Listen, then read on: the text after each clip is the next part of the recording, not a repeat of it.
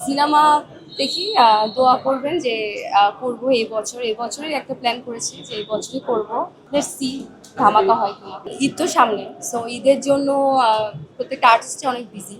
But এবার আমি আসলে এতটা কাজ করতে পারিনি, বিকজ আমি আমার একটু পার্সোনাল কারণে ঢাকার বাইরে ছিলাম, কলকাতায় ছিলাম ফর 1.5 মাসের মতো। আসার পর এখন কন্টিনিউ কাজ করা শুরু করেছি। কোরবানি ঈদ আমার কাছে ভালোই কাটে। আমি আসলে টানা 3 দিন ধরে এই বাইফার জন্য আসলে টানাই রিহার্সেল করছিলাম, and টানা বিজি প্লাস সবকিছু নিয়ে, মানে বাইফার জন্য আমি টানাই এত কাজ করেছি যে আমার ফোনেও ঢোকা হয়নি, আমার কোনো আপলোড দেওয়া হয়নি। আমি জানিও না যে আমি কি ভিডিও ভাইরাল হচ্ছে বা কি হচ্ছে না, এটা আজকের পর থেকে বোঝা যাবে। আমি সবসময় মাদার্স ডে পালন করি। আমি যেখানেই থাকি না কেন, অ্যাটলিস্ট আমি যদি শুটিংয়েও থাকি বা বাইরেও থাকি, আমি রাত্রিবেলা ঘরে ফেরার সময় অ্যাটলিস্ট একটা কেক খেয়ে যাই। আর যদি আমি বাসায় ফ্রি থাকি দেন আমি ডিনারে যাই আমার ফ্যামিলির সাথে, বিকজ আমার মাদার্স ডে সেলিব্রেট করতে খুব ভালো লাগে। মাদার্স ডে, ফাদার্স ডে, প্রত্যেকটা ডে, মানে ফ্যামিলি টাইপের প্রত্যেকটা ডে আমি সেলিব্রেট করি।